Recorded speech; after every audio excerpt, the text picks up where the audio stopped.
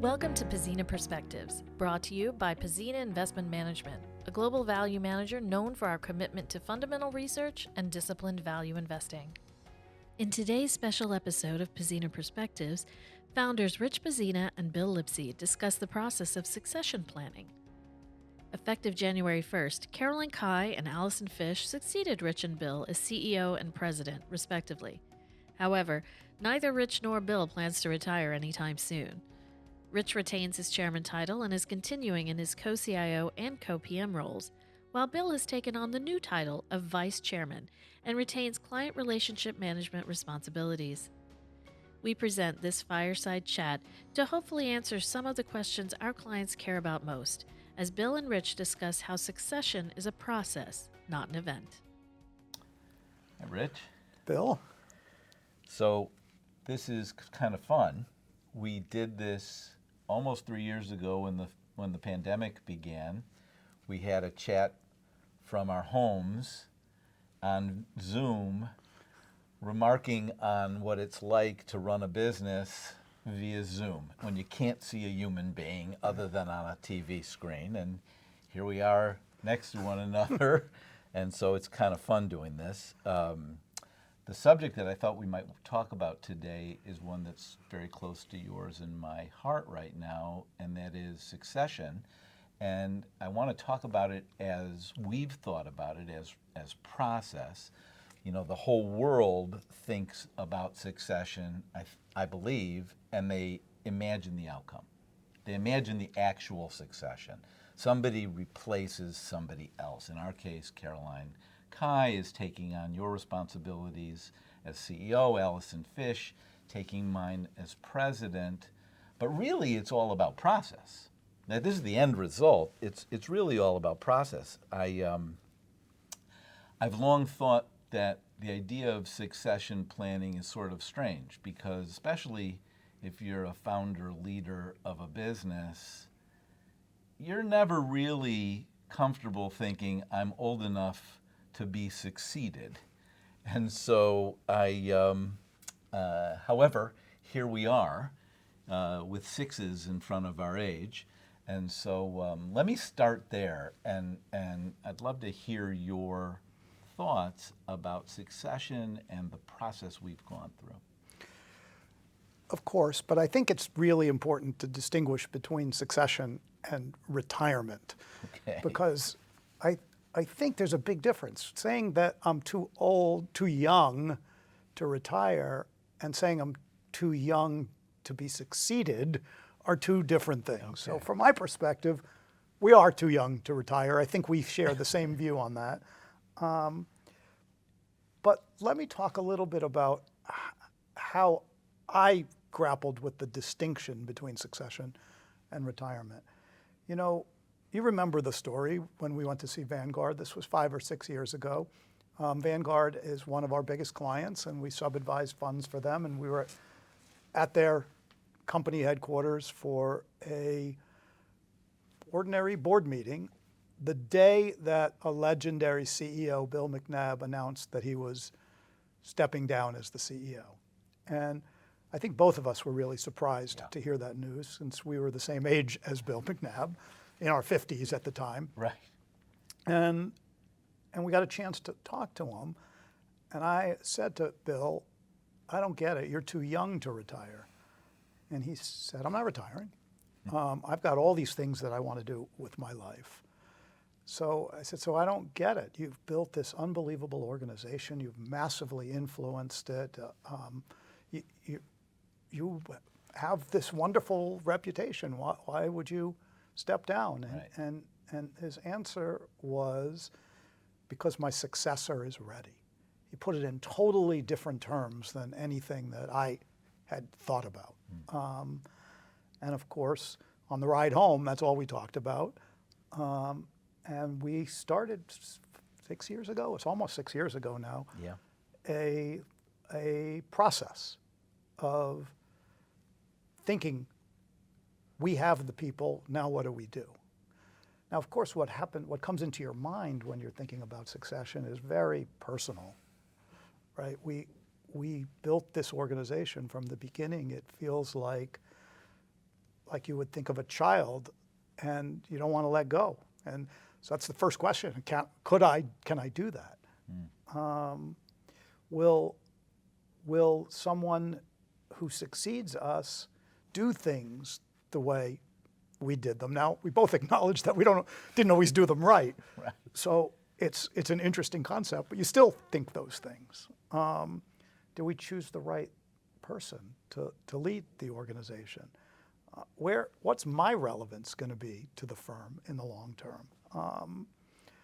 And I know from our endless conversations on this topic, when you run an organization and you're trying to build something lasting, your own personal issues, you have to engage in a lot of self-sacrifice for the benefit of the firm. Doesn't mean that we didn't benefit from it. I'm not trying to say that. But I'm trying to say that in the short run, you can't think about yourself. So do we have the people in place that think that way? So these are all the things that came to my mind in this process. Yeah. Look, that story at Vanguard is still ringing in my head. I've heard you retell it so many times, and it is very powerful. One of the things that you make me think about when you talk about, did we pick the right people, and how can we know their motivations? I'll just observe as a student of our business, it's so normal for companies to go outside their company and pick somebody. And they always pick somebody who has got tremendous passion for being the leader.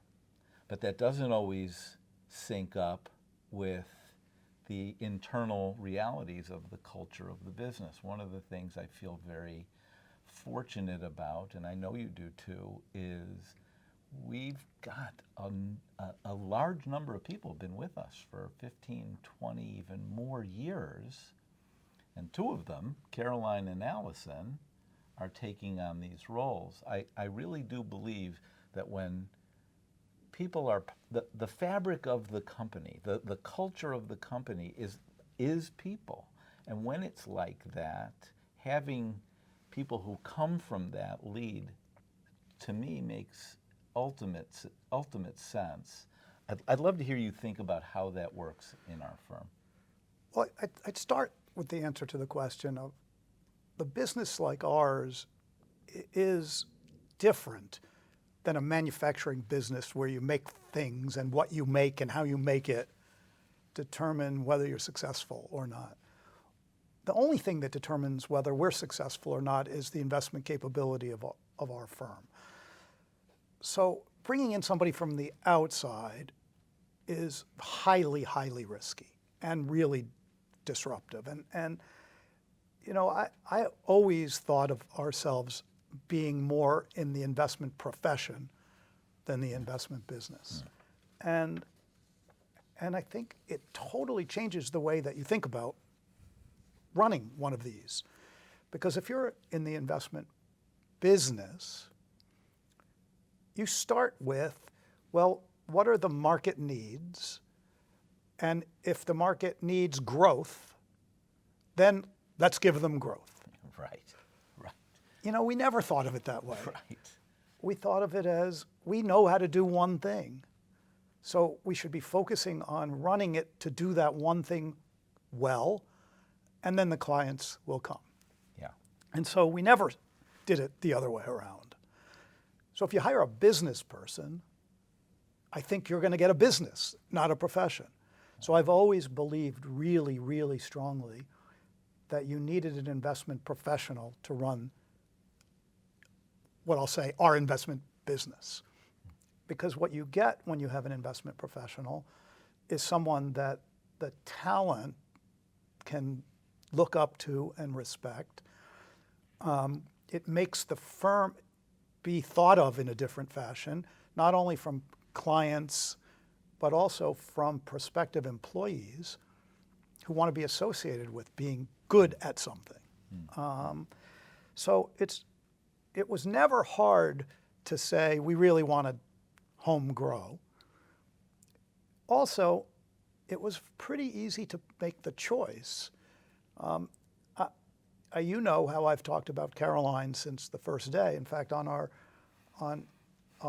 she's been here for 20 years, roughly.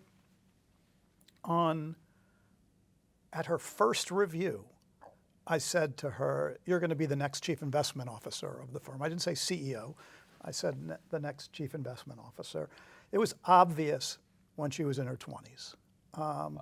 She's the clearest thinker that I ever encountered in my life. She's smart. She has good judgment. She's respected. And so putting a strong investment professional in charge of a professional organization was an easy choice. So you're raising something that a number of clients have actually asked us. We picked Caroline and Allison to take on these roles. And as I said earlier, we've got a large number of senior people who you'd use a lot of that language to describe, who we didn't put in those roles. We didn't ask them to do those roles. Right. And so how do we think about, the question that we get is, how do we think about the risk that one or more of those folks would be very disappointed and potentially leave? The answer is you think about it a lot, because you worry about it from the first day you start this process. It's why the process went on over a course of 5 years or so. And we had, you did, I did, we did together, have numerous conversations with all of the senior investment people to ask them, what do they want to do with their lives and their careers? And the answer comes very quickly. I don't want that job. Right. I came here to be an investment person. Don't make me do that. Right. I understand how they feel. We also asked them, what would you do if you weren't chosen? And it was interesting to hear the responses. And those became part of our thinking as well. They were a part of the process from day one. They knew what we wanted to accomplish. They didn't know our timing exactly, but they knew what we wanted to accomplish, and they had to each stake out what they wanted to contribute to the organization. Right. One of the aspects of the process that I think we did differently than most do, and I think it's had a big effect on the outcome. And it's a practice that we've followed with portfolio management assignments.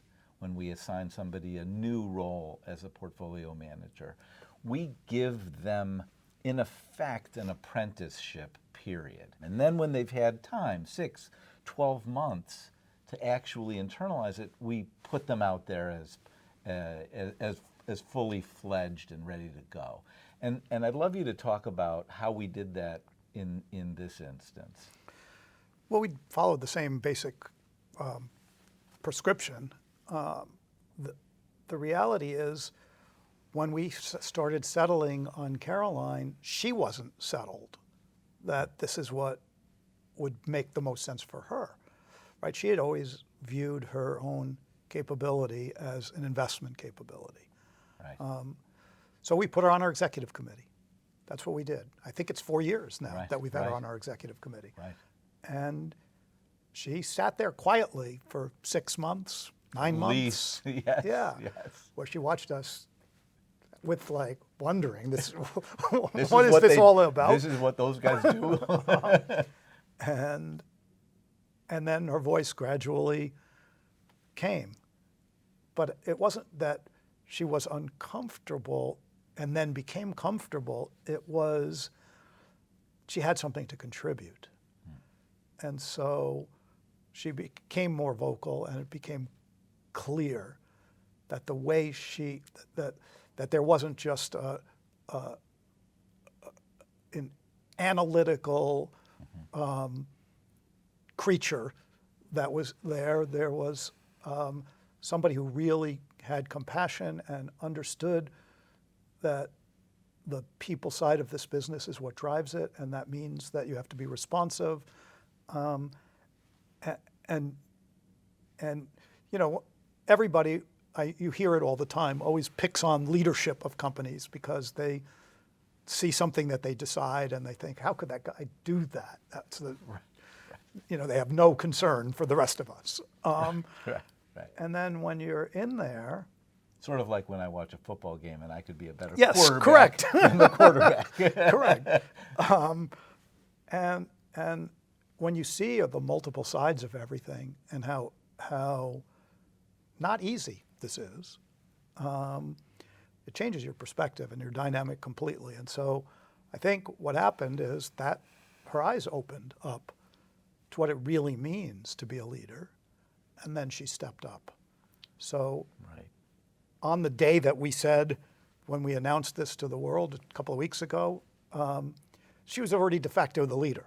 I mean, she had taken on more and more responsibility with respect, and you know, we did the same thing with Allison, right? Also on our executive committee, even though we didn't have her as a formal member, she was a participant, and we got the chance to see if a passion developed.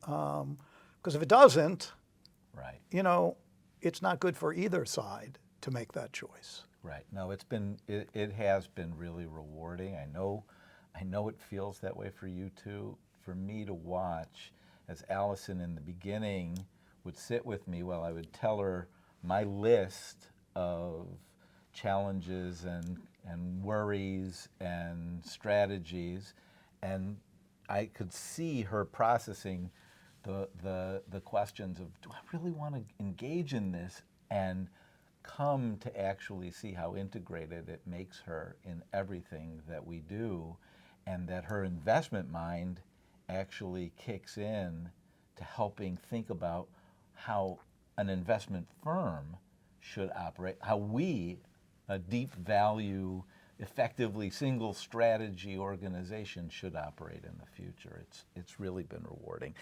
But I want to sort of pick up on the reality question then that people put to us.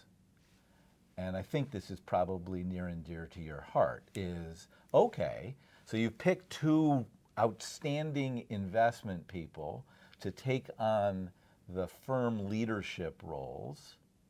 How do you expect them to retain the level of excellence that they've exhibited for all these years in their investment roles, which, by the way, is why we, your clients, have hired you?